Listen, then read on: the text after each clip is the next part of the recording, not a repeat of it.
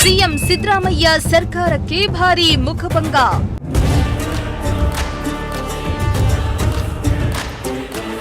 ಜನೌಷಧಿ ಕೇಂದ್ರ ಮುಚ್ಚುವ ಆದೇಶ ರದ್ದುಗೊಳಿಸಿದ ಹೈಕೋರ್ಟ್.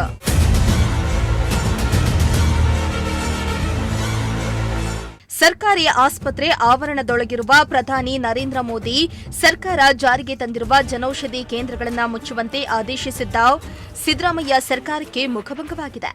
ಜನೌಷಧಿ ಕೇಂದ್ರ ಮುಚ್ಚುವಂತೆ ಹೊರಡಿಸಿದ್ದ ಸರ್ಕಾರದ ಆದೇಶವನ್ನ ಹೈಕೋರ್ಟ್ ರದ್ದುಗೊಳಿಸಿ ಆದೇಶವನ್ನ ಹೊರಡಿಸಿದೆ. ಈ ಮೂಲಕ ರಾಜ್ಯ ಸರ್ಕಾರಕ್ಕೆ ಹಿನ್ನಡೆಯಾಗಿದೆ.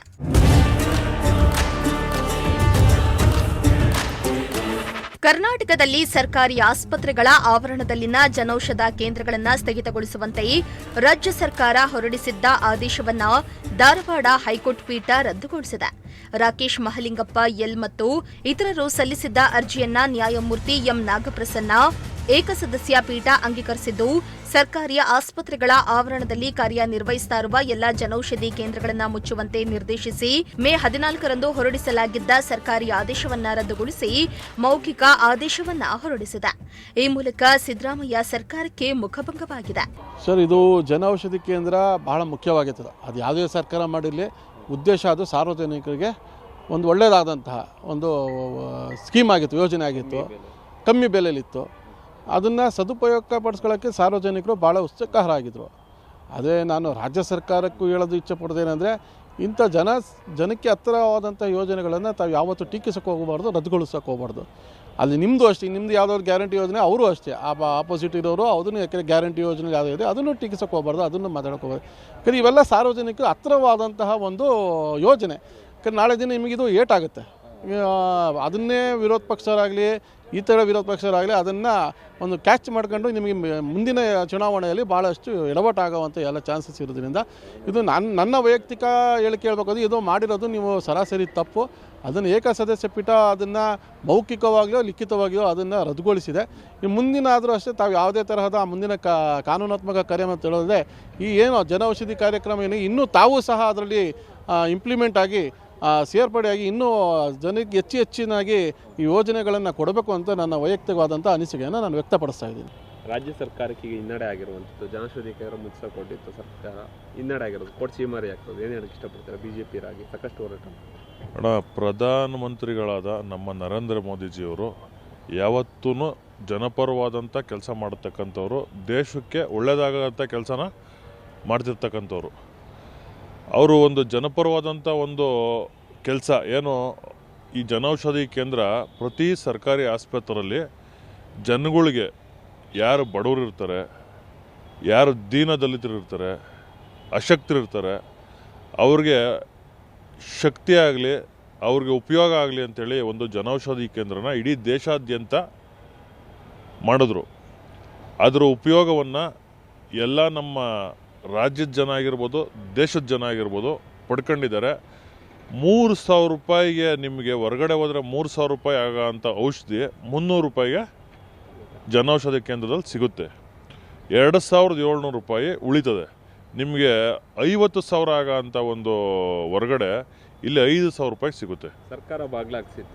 ಸರ್ಕಾರ ಬಾಗ್ಲಾಕ್ಸಿತ್ತು ಅಂತಂದರೆ ಈ ಕಾಂಗ್ರೆಸ್ ಸರ್ಕಾರಕ್ಕೆ ಜನಕ್ಕೆ ಒಳ್ಳೇದಾಗೋದು ಇಷ್ಟ ಇಲ್ಲ. ಸುಮ್ಮನೆ ಶೋಕಿ ನಾವು ಫ್ರೀ ಗ್ಯಾರಂಟಿ ಕೊಟ್ಟೋ ಅದ್ಯಾವುದೋ ಇದನ್ನು ಕೊಟ್ಟೋ ಯಾವುದೂ ಕೊಟ್ಟಿಲ್ಲ.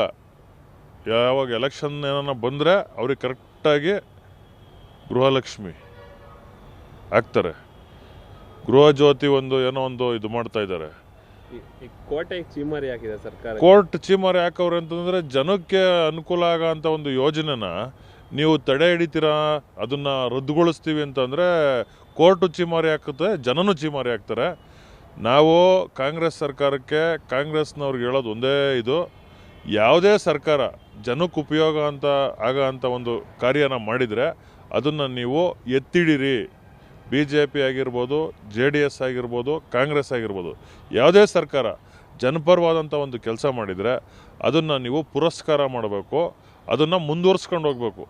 ನೀವು ಯಾವುದೋ ಒಂದು ಸರ್ಕಾರ ಮಾಡೈತೆ ಕೇಂದ್ರ ಸರ್ಕಾರದ ಮೇಲೆ ಗೂಬೆ ಕುಂಡ್ರಸಕ್ಕೆ ಹೋಗೋದು, ಯಾವುದೋ ಒಂದು ಕೇಂದ್ರ ಸರ್ಕಾರ ಮಾಡಿಬಿಟ್ಟಿದೆ ಅವ್ರಿಗೆ ಒಳ್ಳೆಯ ಹೆಸರು ಬರಬಾರ್ದು ಅಂತೇಳಿ ನೀವು ಅವ್ರಿಗೆ ಇದನ್ನೆಲ್ಲ ರದ್ದು ಮಾಡೋಕ್ಕೆ ಹೋಗೋದು, ಜನಕ್ಕೆ ಕೆಟ್ಟದ್ದು ಮಾಡೋಕ್ಕೆ ಹೋದರೆ ಜನ ಆಗಲಿ ಕೋರ್ಟ್ ಆಗಲಿ ದೇವರಾಗಲಿ ನಿಮ್ಮನ್ನು ಕ್ಷಮಿಸಲ್ಲ. ಮುಂದಿನ ದಿನಗಳಲ್ಲಿ ನಿಮಗೆ ದೊಡ್ಡ ಒಂದು ಪೆಟ್ಟನ್ನು ಜನನೂ ಕೊಡ್ತಾರೆ, ದೇವರೂ ಕೊಡ್ತಾರೆ.